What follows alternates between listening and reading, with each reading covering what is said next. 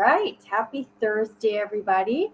Um, so, there's a couple of things that I really wanted to talk about today that I've been noticing, and that is getting stuck or not knowing where to start. Those are a couple big things. And then I also want to touch on like why it's really important to have some sort of support system. So, first of all, if you are knowing that you want to get started, and this is for obviously, like, I am a stress and anxiety coach. I deal with overwhelm and work-life balance and kind of all of that stuff. But this goes for anything. If you're, looking to lose weight, you're looking to, I don't know, some sort of business venture, whatever it might be, you just have to kind of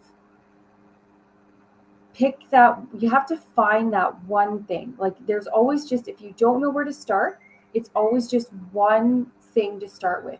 Part of the reason we get so overwhelmed with trying to start something new is we don't know where to start. We don't know what that one step is, and we just think about all the different ways. Like, I know I need to, and then you visualize yourself halfway through and you're like, oh, this is where I want to be. And then you're thinking about so much that it's hard to pick out that one step in all the noise and all the chaos of that.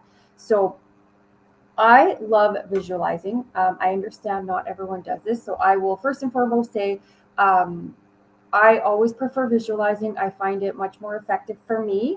If you're not a visualizer, then you will be basically making yourself the star character of the story and then writing a story.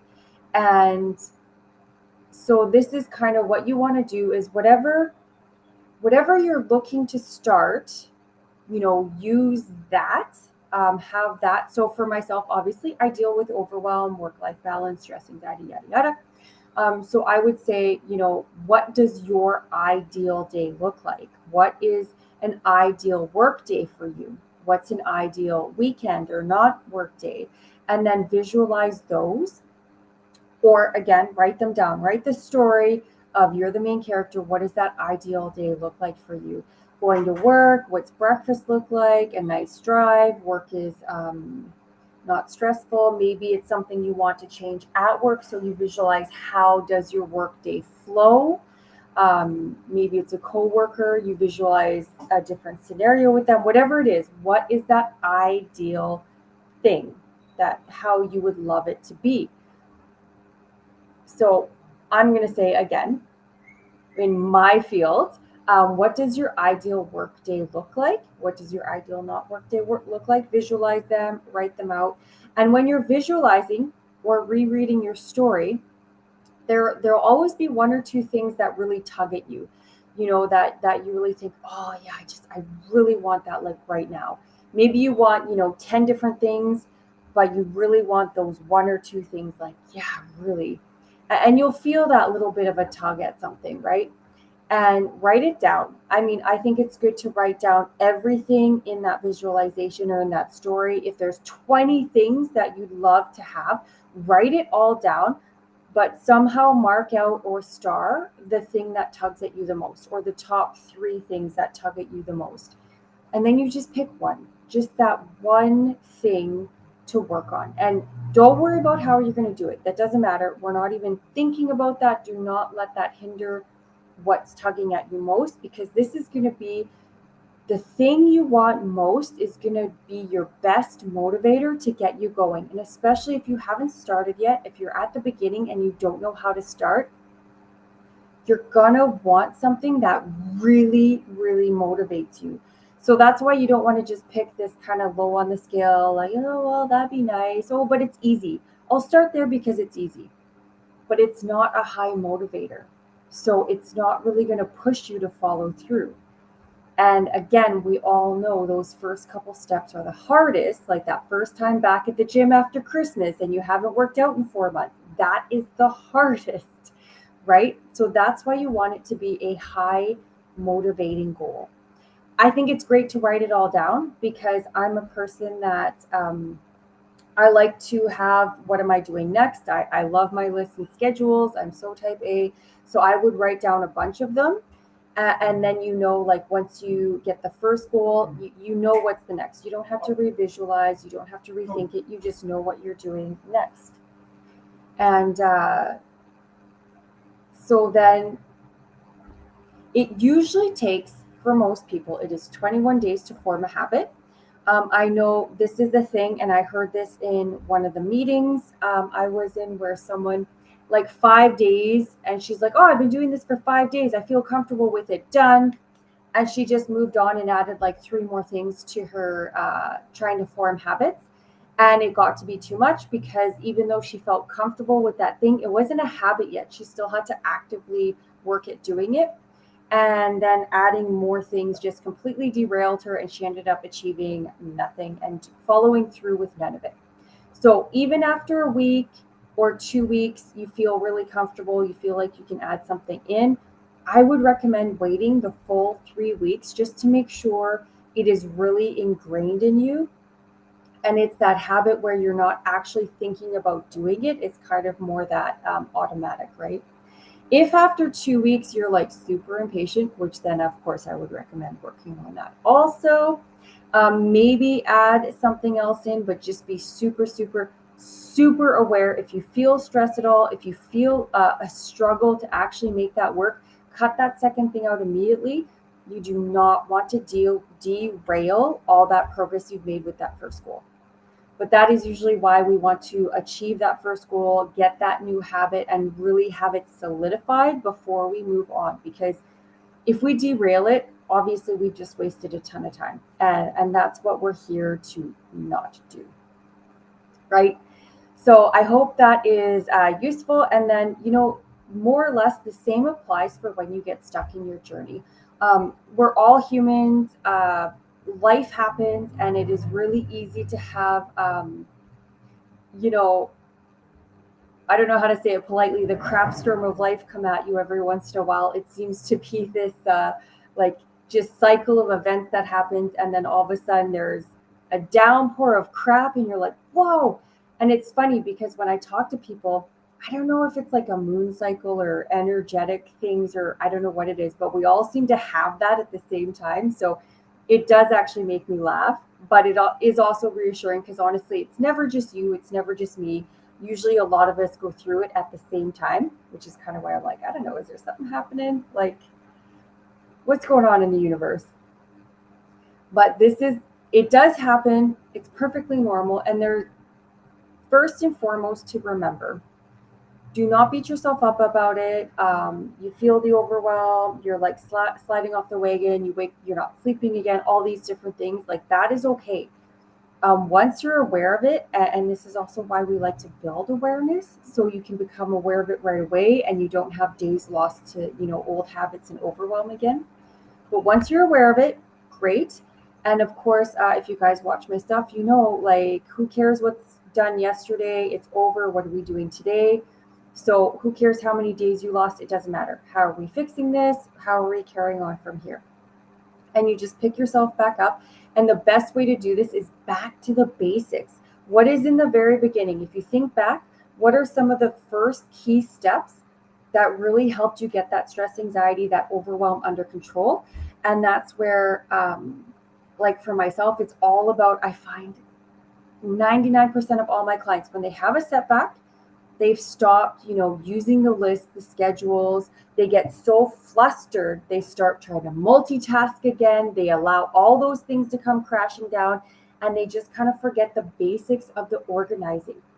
And that is key to keeping away that overwhelm, because again, overwhelm by definition is knowing you don't have enough time to do everything you want to get done. If we have our list, we know what we want to get done. We put it in the schedule, whatever time we have, it doesn't matter. Whatever time we have is the time we have. That is just it. We cannot create more hours in the day. So we need to accept that when the schedule is full, we need to accept that and carry on. And then we just follow the schedule.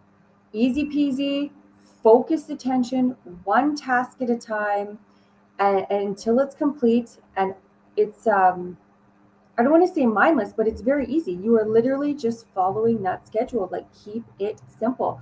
If things pop up, you can problem solve. This is also why I love when you make those blocks in your schedule to overestimate how much time it'll take. Because then, if things pop up, if life happens, you usually have a little extra time in there. And if nothing pops up, I would usually keep a list of like things that literally take 5 minutes to do that you can kind of quickly, okay, I've got 10 extra minutes. I can do this one 5 minute task, cross it off, done.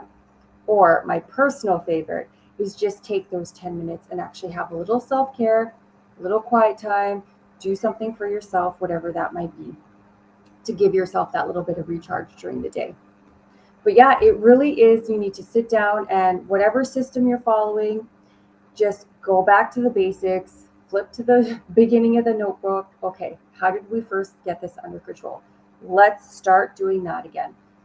And just do that. It's again, it's not easy. None of these things are necessarily easy when you're in those moments of overwhelm because again, that chaos, that noise, it doesn't allow us to think properly. That's why, I mean, even I just had a client earlier this week and um, we're in that very beginning, very first steps and, organizing lists and schedules. And she's like, oh my God, this makes so much sense. How did I not think about this? I'm like, but that's the point because that chaos, that noise doesn't let us think. It clutters up so much that we just can't, our I say cognitive skills, but our problem solving skills, our thinking skills are just muted in all of this fog. It's like trying to drive in the fog, right? It's just you're slow going, you're finding your way, you don't want to crash. That is our thinking in overwhelm, right? So it's just also to be easy on yourself and know it's not because you're not smart. It's not because you don't know things. It's literally because the overwhelm prevents you from reaching these conclusions. When we're overwhelmed, we're stressed, we're anxious, those are all negative feelings. Creativity, problem solving, all of these things are positive. So we're sitting over here in the negative. We can't be over here, right? Like it's really conflicting. And this is also the second point I want to reach today is having that support. How many times, guys, do you call someone or talk to someone and you have a problem and you start out and you're telling them what the problem is and you keep going and then all of a sudden you go and go and go and then you're working it out and all of a sudden the flow comes and all of a sudden you've circled back, you've solved your own problem, you've answered your own questions and the person you're talking to hasn't even opened their mouth yet, right? And you're like, oh, okay, I got it. But you just needed almost like that invitation to start problem solving. It's like you needed the permission to think it out. You needed to actually verbalize it. And this is part of the reason I love self-talk because sometimes we just literally need to talk it out. We'll get there, but we need to have that open dialogue with someone. If you can do it with yourself, that's awesome. But this is why it's so important to have some sort of support where, you put even, Facebook groups. I love the Facebook groups. If you have a good one out there, you just, ask a question. And then as you're waiting for a response, you feel better because you've put the question out there. And then all of a sudden the stress is down a bit because you're like, okay, I've put it out there. I've done the hard thing. I've been vulnerable. I asked for help. Stress comes down a bit. All of a sudden we're thinking a little bit better. Maybe we come up with the solutions before anyone even helps us. But again, it's opening, having that permission to be able to, allow yourself to think, to bring the stress down enough to be able to think properly again, right? And then even better is when you do get the responses and it triggers something in you, right? So this is where if you don't currently have support systems, sometimes people's family and friends are really good. Sometimes friends and family are just not on board. I know for myself, like my family is like super negative. They're not selfish people, but they are very self-involved. And I feel like that's partly because they're so much on that negative side and trying to survive and whatever it is. So they're not really interested in well, I guess much, really. But It's not as productive conversations with them. Love them to pieces, but it's just how they are, and that's fine. Um, so then I need to find somewhere else. I mean, thankfully, my boyfriend is super supportive, so I don't have to worry about that. But let's say he's not around, where else am I going to go? So I have lots of business groups I'm in. I found circles, and you have to make sure when you go in these groups, like I'm talking Facebook groups here, join them and then really scroll through, make sure they're active, make sure people are there answering questions, make sure it's a good, open, honest group where you think you can get out there and participate and get help in, right? Because some of them are just like the person's just kind of promoting their own stuff all the time and there's not really tips or anything. Not quite as useful. That's more, I guess, a group to sell, maybe. I and I don't want to always recommend paid groups, but generally speaking, you get what you pay for. So there are paid groups. I know from the business side, there's a ton of groups you can pay for. I know for myself. So if you don't want to join my groups at all, I'll just let you know what I have for options. So you just kind of know what to look for out in the world. So on Facebook, I don't think LinkedIn does groups. I'm not as familiar. I'm still learning LinkedIn. But on Facebook, I have my free group for people to join. And I do nurture things in there. I give tips. If people have questions, whatever, I'm happy to answer. And that's just the free group. It's there. And I post and do things like that. Then I also have a paid Facebook group. By the way, it's like it's about 10 Canadian dollars a month. So super cheap, cheaper than Netflix, cheaper than all these channels we have to buy because they split all the programming amongst all these freaking subscription channels. Like, holy. And then in that paid group, again, I have all the posts, I have extra stuff like we do every morning, positivity and gratitude to make sure everyone's got that habit going. I have weekly support calls. So I am literally 1 hour once a week. I am here on going live with people in a meeting, and they can join, they can ask questions, you can get some coaching. I give, again, tips and like things that are happening, what's on my mind type thing. And then you can actively get that support.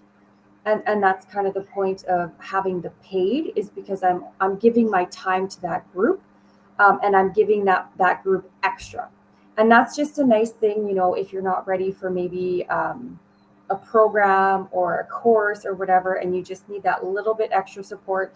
That's your dipping your toe in, and that's all you got right now. Then that's great. Then something like that might be an option.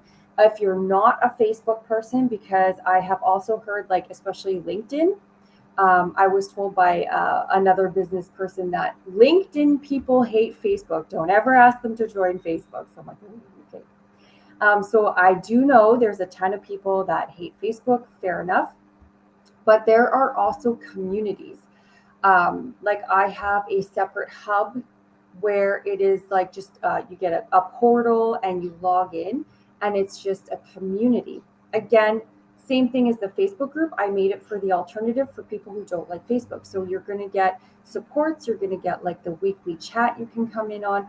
And the beautiful part about those, where a group offers weekly support chats, is there is so much value in other people's questions also. I don't know how many times I've been on My Venture support chats and someone will ask a question and I'm like, oh my God, yeah, that's totally the situation. I didn't realize it was my situation, but with them asking the question and explaining their scenario, it triggered something. And I'm like, oh, totally. And then, I get an answer to a question I didn't even have to ask.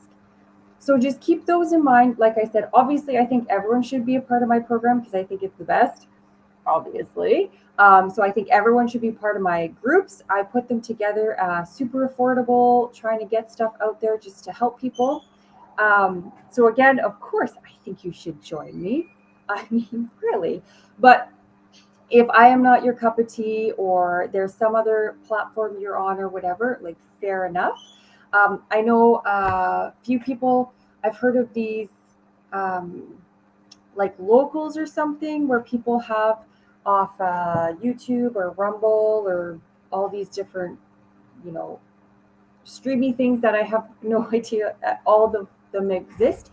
And they have, again, it's a paid a membership to that group where they offer extras. And I know Russell Brand, if anyone watches Russell Brand, he does his locals group. They do meditations on Friday. They have he's converted Christian, so they do weekly scripture readings, I think every Sunday. So again, lots of extra giving back. So it can be if people have extras off YouTube or all these different streaming services, a lot of them have communities. And so you're looking for a community, right? And then, of course, make sure it's in whatever field you need that support in. But yeah, there are a ton of options out there. So whatever you're looking for, I know my recent interview, Lisa, she's got her, it's a health and wellness where she supports like the food, the exercise. She's a yoga instructor where her community is more focused on that. If that's what you're looking for, of course, like I said, there's 10,000 business ones, like any field you're looking for. I've seen communities of like, here's how to learn languages and be supported in learning your languages. Any community you're looking for is out there. You might just have to get on Google and search it out or look for it. And even YouTube, I'm sure, I've never done the search on YouTube, so I don't know for sure, but I'm sure there's a way through the search engine to find these places. So yeah, make sure you have a good support system, guys. It is so important. And I know I find this, especially if you're an entrepreneur or a hardcore business person. Again, very type A. We tend to want to do everything ourselves. I hear this I love my business clients. That's my niche. I get it, but they're so independent. I have to bother them to bother me. I'm like, use your time. I'm here. Message me. Like, this is what you pay for. And they just try and do it everything themselves. And every time I reach out, I'm like, hey, what's going on? What are you struggling with? Like, give me your story. What's happening today? And they reach out and I'll say something and they're like, oh, that totally helps. Yes, it totally helps. Support helps. It can be the most mundane tidbit someone gives you or something you read that triggers something that helps. So, guys, I'll recap a little bit here. So, if you don't know where to start, visualize. What is that field that you're looking to start in, and what's your ideal outcome from that? And then when you visualize that ideal outcome, what is something that really tugs at you that you want to go for first? Write it down. Don't worry about how you'll do it off the start. Just commit to making that your goal. You will figure out how. You will. We always figure out how. This is something, I don't know, human thing. We just always figure it out. We really do. You just have to sit down. Do not be negative. Do not think about how you cannot do it. If those thoughts come into your head, acknowledge them and then be like, okay, thank you and goodbye. And once you start really taking in and coming up with those positive, like can do thoughts, they will start flowing. That's why brainstorming is a thing, because once you get into it, things really start flowing afterwards. I think it's about 5 minutes is really all you need. You will figure it out. You have to trust yourself and know you will figure it out. Enlist help. You know what? Right? Again, but there is a way. There is always a way.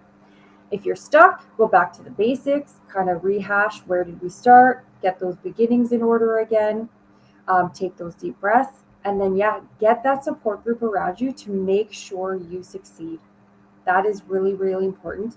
I've said it before, guys. I probably don't say it enough, but we are not solo creatures. We are pack animals, human beings. We are literally pack animals on this earth. We are meant to be in villages. We are meant to be with other people. I know every once in a while you get that one hermit type lone wolf, but that is pretty rare, truly. We really are designed to be in a community. So go find your people, find your community, check it out. Free ones are still good. Just really get in there and make sure it's going to be suitable for what you think you need. It's something where they're engaging and people are, going to answer your questions and stuff. And like I said too, even at the paid ones, if they're affordable enough, there's some good options out there. So just really check it out, message the person, ask some questions, whatever, right? All right, guys, I hope this is helpful. The worst thing in the world is to just not start because you don't know where. or to get stuck and fall off the wagon and never get back on. Whatever you want to achieve it for a reason. And the the only way, the only failure is giving up. But yeah, you want to achieve it for a reason, so go for it. You can get there. You just need to really, stay on that trail. All right, guys. Yeah, Thursday, such a great day. Thursday. Friday's the best because I always consider Friday the start to the weekend. So Thursday, I always look forward to Friday. So it's fantastic. All right, guys. I'm gonna put the link to my groups in the comments, just in case anyone's curious. And ask me. You can comment and ask me to message you, or if you're on Facebook, I should put my again. I'll put my link, and you can ask me questions about any of them if you have them. And yeah, comment, thumbs up, subscribe, recommend me to other people. If you get even the smallest value from my videos, please recommend it to someone else. It's free, and as I like to say, nothing to lose, everything to gain. What's a little subscribe button going to hurt you? Hey, I don't. All right, guys, have a wonderful, wonderful rest.